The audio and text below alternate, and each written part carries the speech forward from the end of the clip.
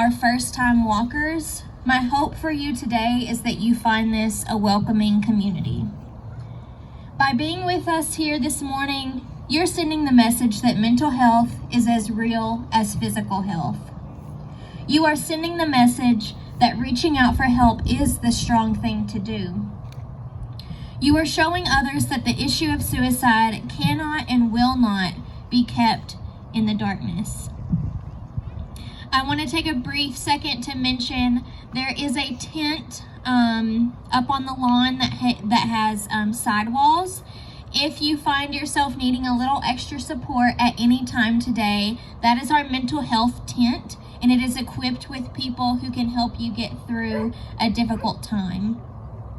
There's no charges for that. Feel free to utilize that if you need to. Suicide is a health issue that affects us all. Together, we have created a national movement. You guys have showed up and showed out in Prosper. We are here showing Prosper and our entire country that we will fight this epidemic together. As a community, we know that we have so much work to do, as suicide continues to be a leading cause of death in this country. While we are deeply saddened with each loss of life, it serves to further our conviction that we must continue our work and keep fighting for a day where no one will die by suicide. By walking with us today, you are helping the North Texas chapter share education programs like Talk Saves Lives and It's Real. You are helping raise awareness about LGBTQ+ suicide risks by bringing the Stronger Communities Conference to Dallas in spring of 2020. You are educating faith leaders in our community to minister to those in suicidal desperation with our Soul Shop program.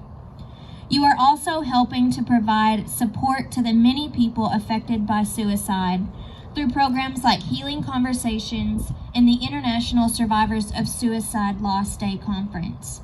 You can learn more about these and other programs at our AFSP informational table. By walking with us, you honor the memory of the loved ones that we've lost.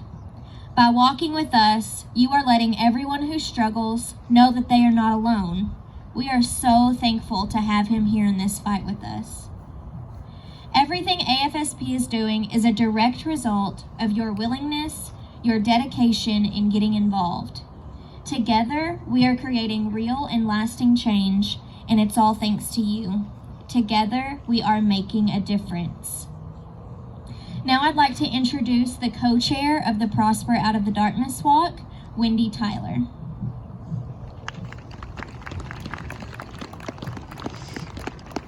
Good morning. It is truly an honor to stand here with you this morning.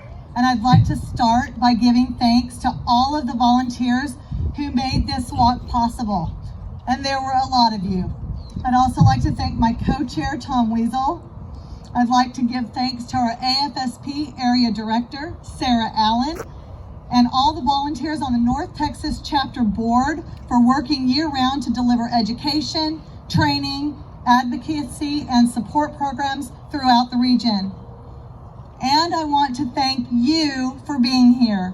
The decision to show up may not have been an easy one, but it was an important one.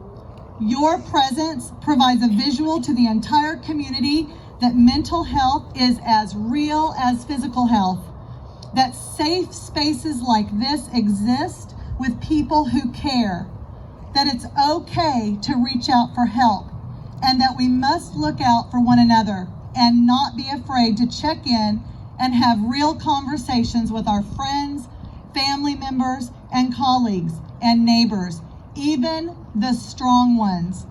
Today, we have hundreds of people who are here to make a difference in the Prosper area and beyond, sending a clear message that suicide and mental health cannot and will not be kept in the darkness.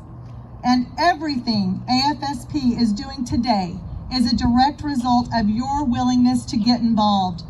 Because of you, we will continue to fight for a day when no one dies by suicide.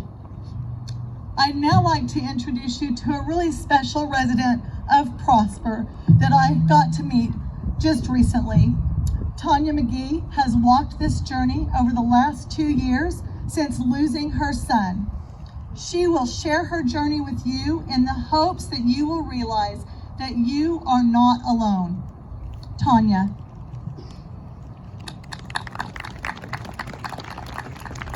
Thank you and good morning. I really appreciate being here today. And like Wendy said, it has been a difficult journey. But today I am coming out of the darkness and sharing my story, my journey in losing my son. 1998 was a great year. Like any mother, I was blessed to give birth to a beautiful baby boy, Diego. Diego was quick to learn and very talented. He started walking at the age of 8 months, and by the age of 4, he dribbled the basketball better than boys much older than himself. He was quickly recruited to play league basketball, even playing for Amateur Athletic Union, many of you may know as AAU, teams locally in the Dallas area. Diego's talents didn't just stay on the court, but off the court as well. He received numerous academic awards and was a phenomenal writer, winning his first national essay in middle school. He would go on to win numerous other writing and academic awards and becoming president of the Future Iota Leaders of Iota Phi Lambda Sorority Incorporated and Beau of the Year for the Dallas chapter of Alpha Phi Alpha Fraternity Incorporated in 2016. Diego was always quiet, never really caused a stir, and wanted very much to please everyone. He was a typical teenager, trying to be cool and fit in, but like many teenagers, he soon learned that those who claim to be your friends really aren't. Thus, he had to make some decisions about the company he kept. During this time, Diego got into some fights as he transitioned from a small private charter school to a local high school many called a university because of its size. This initial transition during his freshman and sophomore year was a challenge, but he made it through, graduating with honors and receiving many scholarship offers totaling over $250,000. He was selected as the campus United States Department of Agriculture Scholar for Kentucky State University, where he received a full scholarship with a paid summer internship each year he attended KSU. Only a few students were chosen throughout the United States at various campuses. Thus, he chose this scholarship because of the potential to receive a paid summer internship and other travel. When Diego returned home for the holidays, he seemed preoccupied, but still himself to some extent. I just assumed he was tired from his time at college. He made the dean's list and needed some rest, I said. At least that's what I told myself. So I let him rest. However, something changed. When he returned to school, he didn't return any phone calls, and we got worried. Thus, I knew something wasn't right. That was not my Diego. When he came home from spring break, I saw a sadness in his eyes, not the excitement that I knew when we first took him to campus. On March 14th, the same day as my husband's birthday in 2017, he told me he needed some help, and we took him to get some help to a local mental hospital. He had to withdraw from school, and I contacted his scholarship office for the USDA, who said they would defer his scholarship. During this time, Diego wanted to see some relatives in Michigan, so we thought that the change would be good, and that we knew that they would watch him closely. So he stayed there for a few weeks before returning home shortly after Mother's Day. I remember talking to him frequently during his time in Michigan, and he sounded like he was happy and refreshed, like my old Diego. We always said "I love you" before getting off the phone. But little did I know that weekend of Mother's Day would be the last time I heard him say and text those words. I received a phone call no mother would want to receive. I knew it was real when they handed me his wallet, and I looked inside and saw his handsome face and his gorgeous smile. My baby boy was gone. I later learned Diego had issues with bullying and peer pressures in high school that led to fights as he tried to handle it on his own. I wish he would have talked to us about it more. As I ponder about life, I recall every moment of my time with Diego from his birth until the time he departed this earth. Though I'm grateful for the 18 years I was able to be his mother, I'm also selfish because I wanted so much more. I wanted to experience so much more in my time with him, but it was shortened. I've thought about those memories many times over the last week, but it wasn't until I heard the song many times after his death by Major, "This Is Why I Love You," that I knew it was him saying, "Mama, you got this, and you know what to say now, which is why I'm here." As I start to speak today, my heart is heavy, and I'm trying really hard to fight back these tears. It's hard to imagine it's been over 2 years since my son, full of hope and promise, has been gone. I have never not seen or spoken to him in this length of a time. However, now there is a new normal, life without my beloved Diego.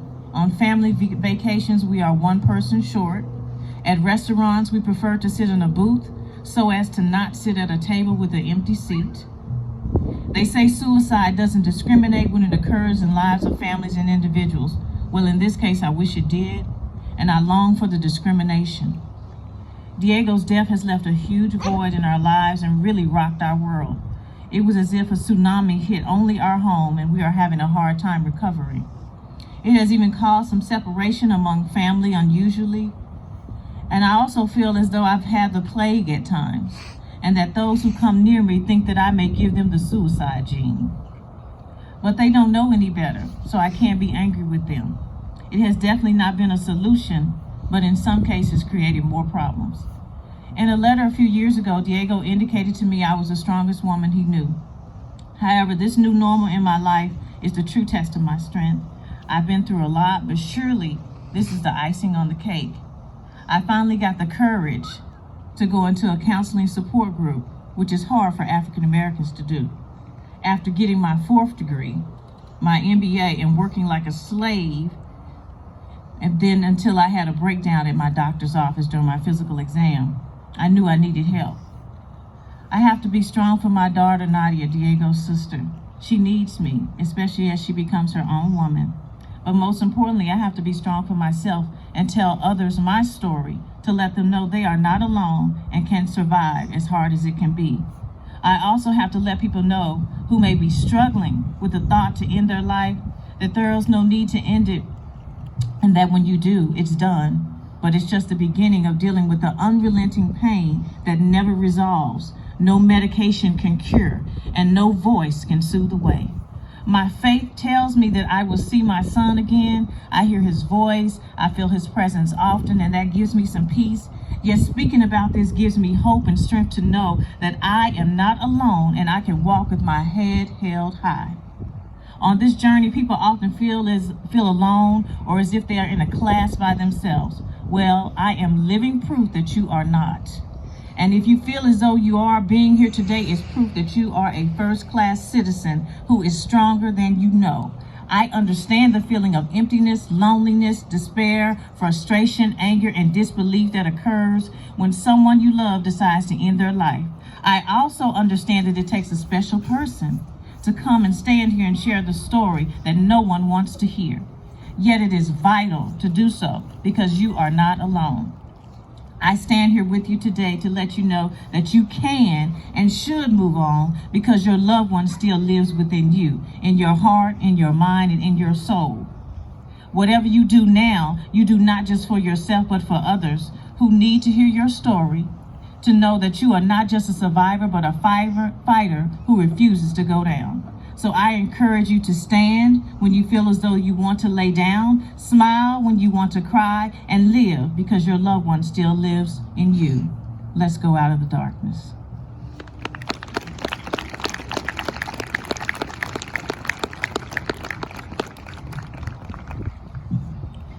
Thank you, Tanya, for sharing your story and the story of your son, Diego. My name is Tom Weasel, co-chair of the Prosper Walk, and I'd like to take this opportunity to recognize some incredible people who helped make this event happen. First, our sponsors, Next Gen Fitness, Prosper Ladies Association, Jensen Orthodontics, Kid Approved Pediatrics, Halleck Family Dental, Corbridge Orthodontics, Quick Sumo Pest Control, Dr.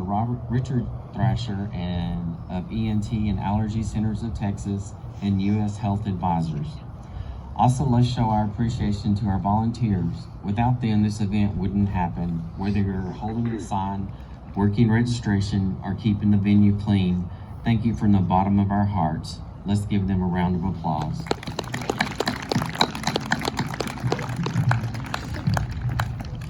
We want all of DFW to know about your experience at the Prosper Out of the Darkness Walk. So please use the hashtag AFSPNTX. Again, AFPNTX when posting on social media, and be sure to tag us. You might just see your photo featured in our social media outlets. At the Out of the Darkness walks, we use beads to honor those that we have lost and those who have been in the darkest place imaginable and come through it.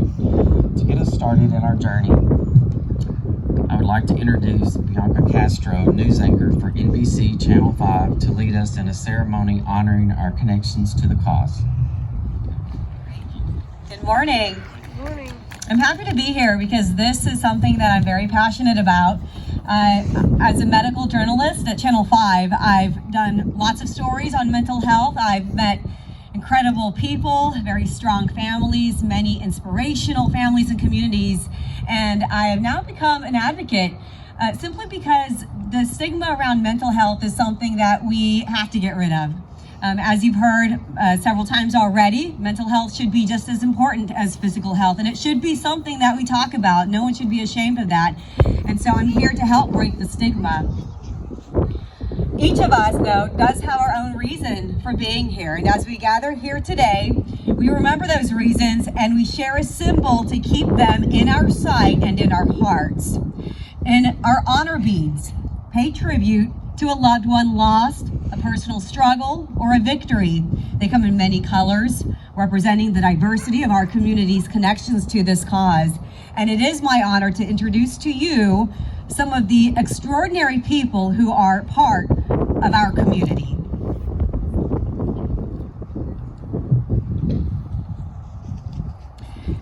We will begin with Tanya, whom we just had the pleasure of hearing from moments ago, as she shared the story of her journey since the loss of her precious 19-year-old son, Diego. Tanya wears white beads to symbolize her loss. If you wear white beads, please raise them up with Tanya as we take a moment of silence for the sons and daughters whom we have lost.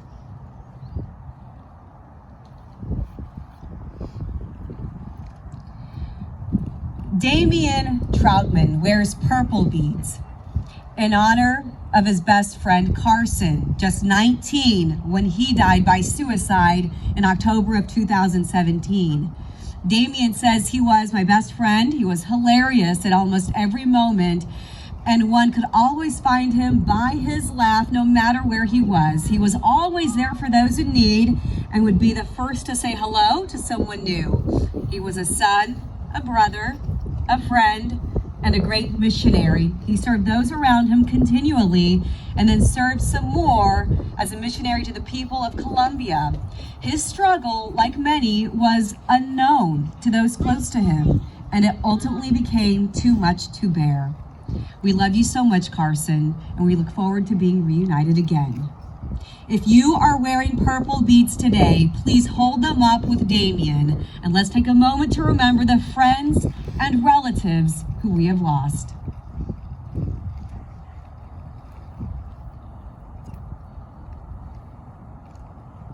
Brittany and Shannon wear orange beads for the loss of their brother Troy. They want you to know that Troy was the essence of funny, with a genuine heart and a truly gentle soul. His 28 years of life are beautiful and cherished memories for which we are all honored and blessed to own.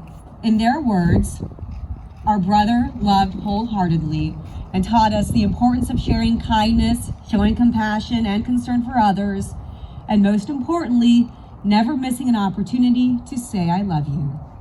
If you are wearing orange beads this morning, please raise them up with Brittany and Shannon as we take a moment of silence for the brothers and sisters whom we have lost.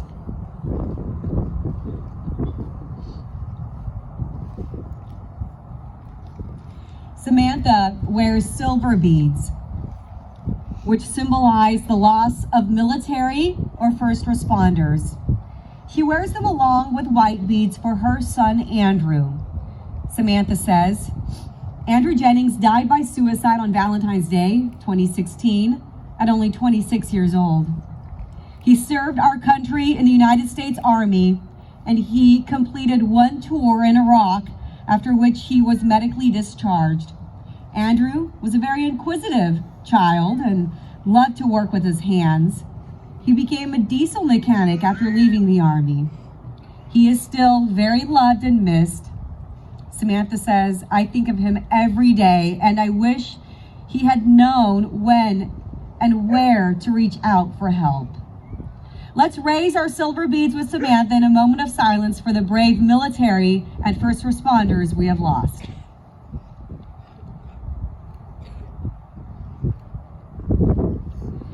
Bree wears gold beads in honor of her mother, Cindy. Bree shares that she lost her mother, Cindy Bradley, on December 17th, 1999. She was only 49. Bree says that she was lucky enough to have her for 18 years. In Bree's words, my mom was an amazing cook. She could make anything from scratch without a recipe. She was creative, could sew, draw, and decorate anything, and she was tiny, 4 feet, 11 and 3/4 inches. She never let us forget those 3/4. She was a nurse, and when she died, she was working with people suffering from Lou Gehrig's disease, several of whom attended her funeral. But most of all, she was my mom. She tucked me in at night, kissed away my boo-boos, and made everything better. She taught me about life, about boys, and she taught me how to be strong. She told me every day that she loved me and I could tell her anything without fear of judgment. She was my friend, my mom, an amazing woman, and she is missed every day. If you are wearing gold beads, please raise them up with Bree for a moment of silence for the mothers and fathers whom we have lost.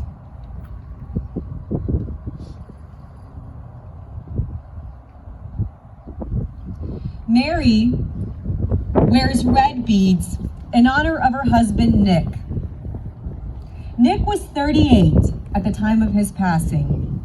Mary says that he was always 5 years older than her, and now she is going to surpass his age in the next few years. All the jokes of being older are gone. Mary goes on to say that Nick was the most driven and successful man she knew. He loved the lake, and she loved watching his family smile.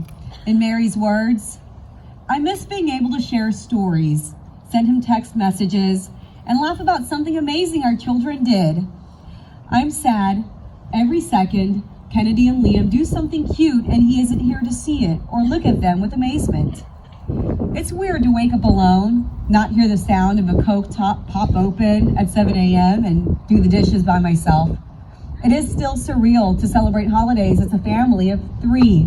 There are so many things I miss about him. I find myself talking to him, that is, and in the morning when I am getting ready for work. Just maybe he is listening. I hope you are at peace, smiling down upon us. We love you. Wearing red beads represents the loss of a partner or spouse. If you have red beads, please raise them up with Mary for a moment of silence to remember the partners and spouses whom we have lost.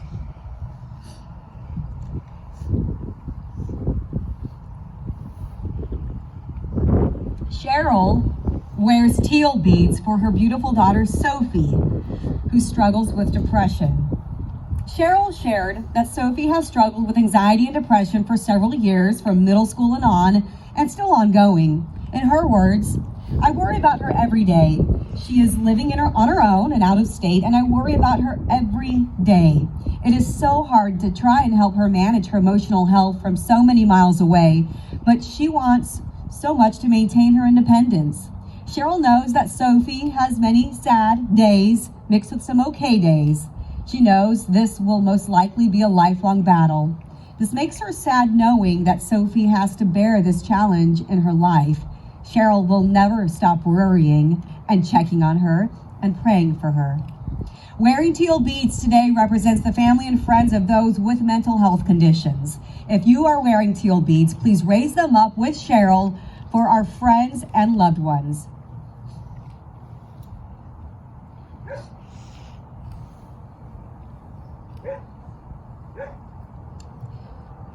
Today, John wears green beads, symbolizing a current or past personal struggle of some kind.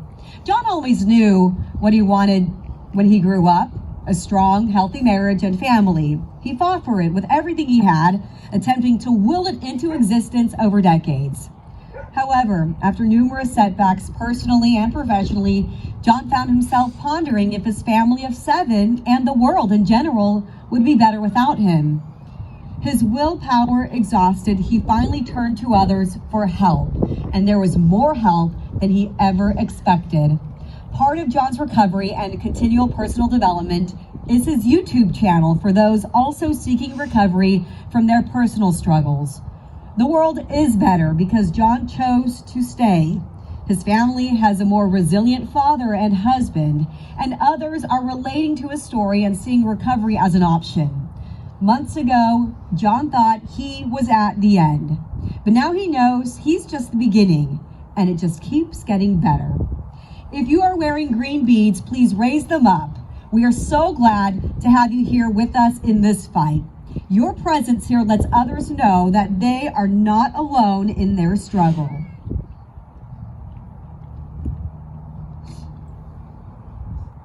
Today, Tony Cooper is wearing blue beads, symbolizing support for the cause. He shares, "I'm wearing the blue beads to support suicide and mental health awareness.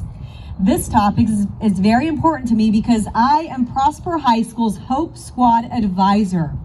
The purpose of Hope Squad is for students, staff, and the community to recognize the warning signs associated with suicide and break the code of silence. Everyone wearing blue beads, raise them high. Suicide prevention starts with everyday heroes like you." Each of you here today is representative of our dedication, our commitment, and our strength as a community. We are united in our goal and determined to bring suicide prevention out of the darkness and save lives.